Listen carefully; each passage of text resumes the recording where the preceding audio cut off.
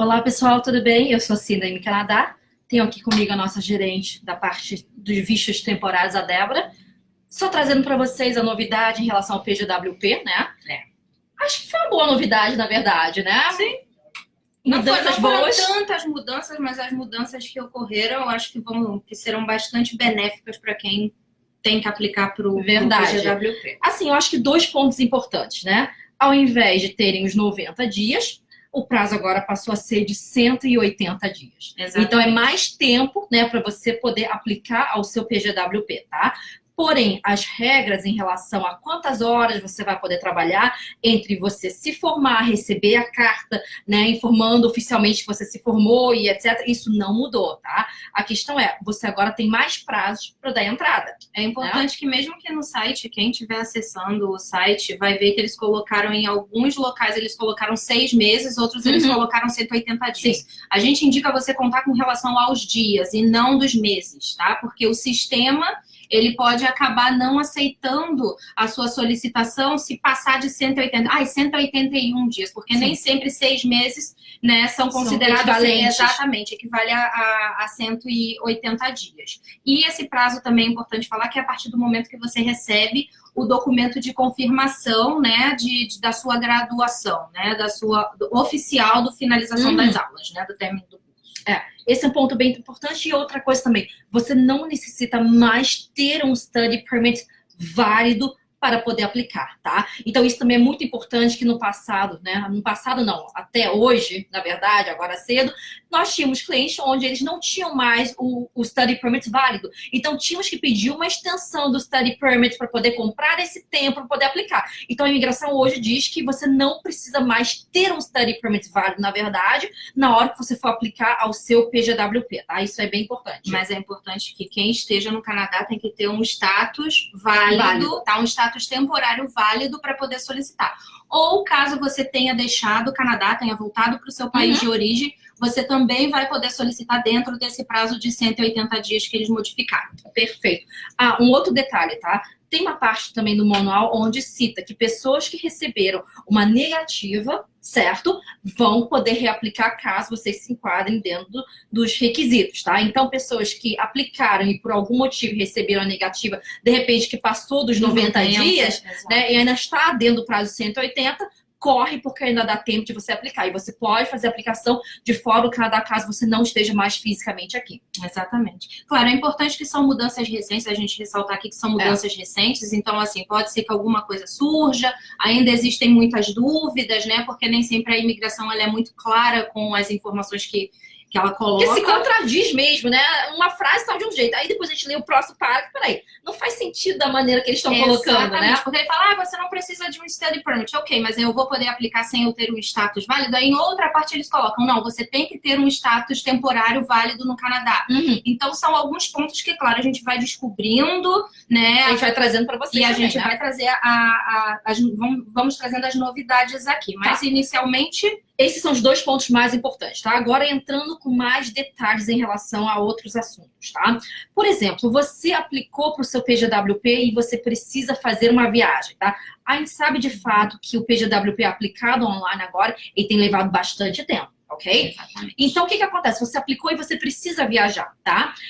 Anteriormente a hoje, a gente indicaria, tenta não sair, tá? Tenta ficar aqui durante esse período, porque se você sair, o oficial na sua reentrada pode considerar que você está retornando ao Canadá como visitante e que você não pode continuar trabalhando então, tá? Até chegar ao seu permit. Porém, com as novas instruções, você vai poder fazer isso. Você vai poder sair, ok? E retornar com o seu ETA ou com o seu TRV, né, e continuar trabalhando enquanto aguarda. Então, isso é uma novidade. Exato. O seu Implied Status, ele vai ser mantido mesmo que você tenha que sair do Canadá, deixar o Canadá antes de você ter a resposta do seu PGWP. Exatamente. Né? Então, se você aplicou para o seu PGWP, você ainda não teve o retorno, mas você precisa deixar o Canadá, você vai poder retornar, claro, tendo um ETA ou tendo um TRV, que é aquela etiquetinha no passaporte válida, e ainda assim vai ser considerado ainda o seu Implied Status e você vai poder seguir trabalhando.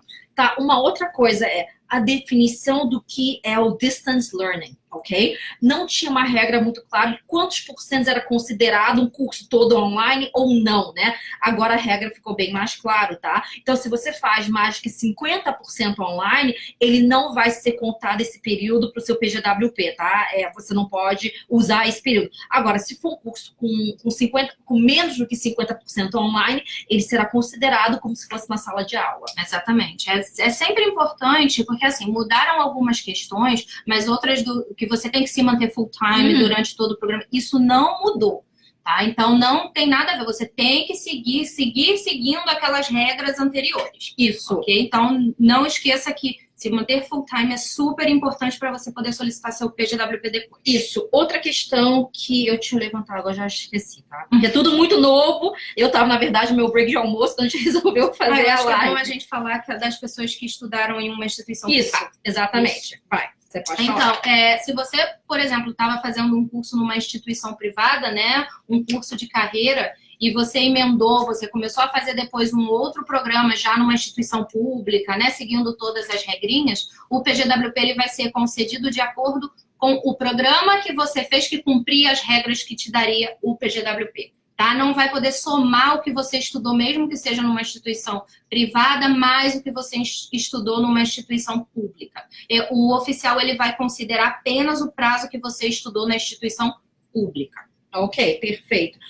Em relação a estudo full-time, tá? Só relembrando, quem define o que é full-time, o que é part-time, não é a imigração, é a própria instituição, tá? Então, a única exceção a estudar full-time é no seu último semestre, ok? No seu último semestre, você pode fazer ele, sim, de forma part-time, você vai poder continuar trabalhando às 20 horas, isso não muda absolutamente nada, tá? E uma outra coisa também que me perguntam bastante, Celina, eu tô no meu último semestre, tá? Eu posso fazer todos os cursos online? Na verdade, você pode, portanto que esses cursos online não representem mais que 50% no total, na totalidade do curso que você contratou.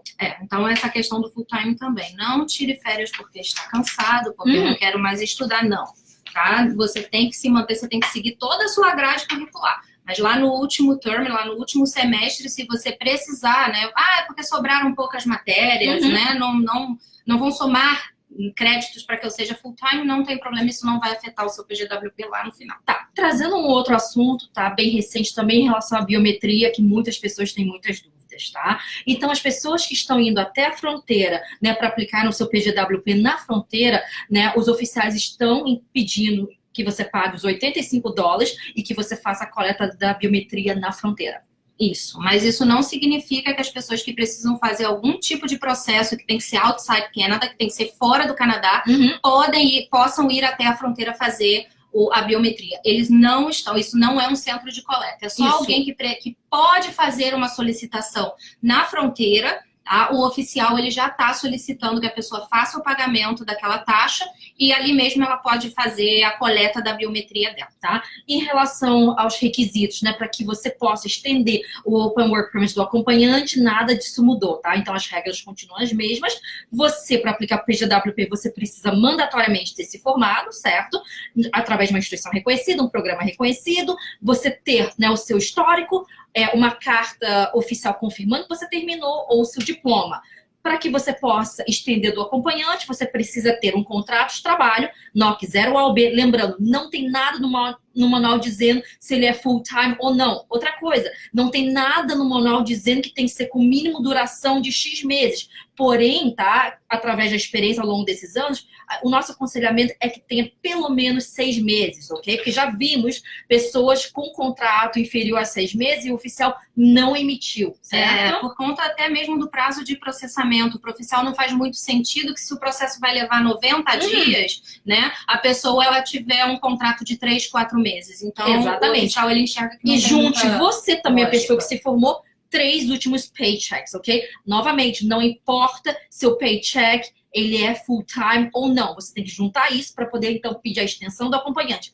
Caso você não tenha ainda um contrato de trabalho, aí o acompanhante pode estender como visitante e aguardar. E assim que você receber, na verdade, essa oferta e juntar os paychecks, você pode, então, submeter do seu acompanhante. Exatamente. Quanto a isso, não mudou nada. é só mesmo mais com relação a que você não, obrigatoriamente, não precisa mais ter um Study Permit válido para aplicar o seu Post-Graduation Work Permit, e também que você, no lugar de 90 dias após o recebimento da documentação oficial, você tem agora 180 dias para fazer esse pedido, mesmo que você também esteja fora do Canadá. Perfeito. Bom, eu acho que esse assunto, tá, com as mudanças de hoje, é no dia 27 de fevereiro, né, na outra quarta-feira, né, eu e Francisco, nós vamos estar em Toronto, né, vamos estar também fazendo um workshop dedicado às pessoas que estão em Toronto ou qualquer região perto e que tenha vontade de ficar no Canadá para fazer uma faculdade, né, um college, universidade, mestrado, que seja, que estejam com status como visitante. Então, a gente vai levantar a questão da biometria, como fazer para vocês se enquadrarem, para fazer a troca interna, né? A biometria está sendo uma dorzinha de cabeça. Então, aos poucos, a gente está chegando, né, em algumas conclusões e a gente vai trazer para vocês. Semana que vem, acho que no dia 20, eu também vou fazer uma live com o pessoal da 3RA. A gente vai falar sobre programas de estudo, comprovação financeira. Legal. Então, também é um ponto importante para quem ainda está planejando a vinda para o Canadá ou quem está querendo ficar um pouquinho mais aqui. Perfeito. E o nosso tour pelo Brasil começa também em março, então daqui a pouco também a gente está embarcando para o Brasil. Exatamente. Tudo muito movimentado.